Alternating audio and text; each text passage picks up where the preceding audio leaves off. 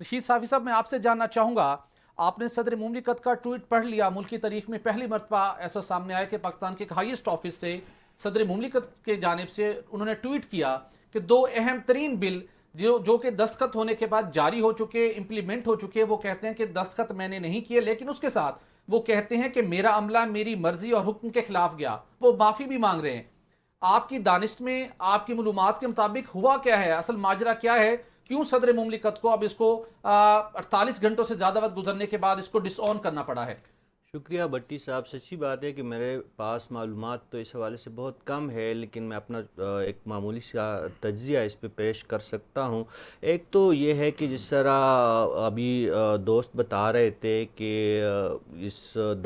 इन दस्तखतों को हुए 30-35 घंटे हो चुके हैं। इस वक्त अचानक सदर साहब को याद आना, फिर सरकारी प्रेस रिलीज़ इस हवाले से जारी होना, फिर इन दस्तखतों के बाद ऑफिशियल सीक्रेट एक्ट के तहत बड़ी गिरफ्तारियां होना, एक जी।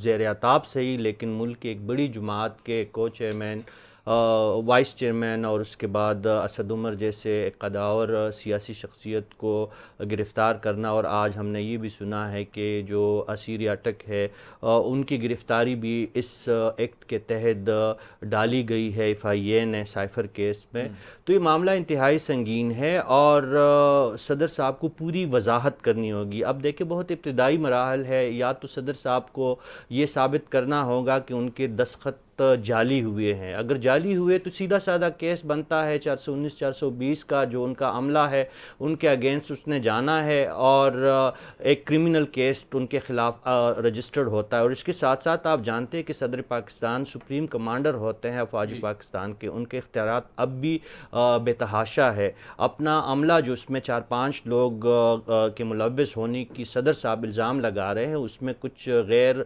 सिविलियन लोग भी शामिल है। तो ये जो आर्मी एक्ट पे उन्होंने साइन किया है उसके तहत भी बहुत सारी कार्रवाइयाँ उसके तहत बनती है। अगर सदर पाकिस्तान को वाकई मिसगाइड किया गया है या उनके दस्तखत को टेम्पर किया गया है, तो ये सारी चीज़ें देखनी उनके होगी। ट्वीट से ये लगता है कि दस्तखत तो कहते हैं मैंने नहीं किए, लेकिन उनके दस्तखत मौजूद हैं। अब उन्होंने पूरी बात को एक्सप्लेन नहीं किया। अगर वो समझते हैं कि ये गलत काम हुआ है और उनकी मर्जी के बरक्स दस्तखत कहीं किसी ने करवा भी लिए हैं, तो फिर ज़रूरी था इस ट्वीट के अंदर, जब कल ये खबर मंजर आम पर आई, तो अब ये बताते कि मैंने रेलिवेंट लोगों के खिलाफ, जो इस डिपार्ट उनके रेलिवेंट ब्रांच थी, जो लोग इस सारे केस को डील कर रहे थे, उनके खिलाफ ये कार्रवाई हुई है, ये इंक्वायरी हुई है, FIR का इंदराज करवा दिया गया, या हम इसमें इसको कोर्ट में चैलेंज करने जा रहा हूं, या निगरान वज़ीर आज़म से कुछ मुशावरत करते।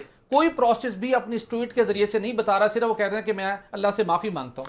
जी, बहुत अबहाम मौजूद है। और माफ़ी का तो फिर अगर आपके इल्म में लाए बगैर एक काम हुआ है, आपके साथ धोखा हुआ है, आपके दस्तखत हुए हैं या आपको झूठ बोला गया है, तो आप इस मुल्क के सबसे बड़े ऑफिस के सबसे बड़े कलमदान रखने वाली शख्सियत हैं आप।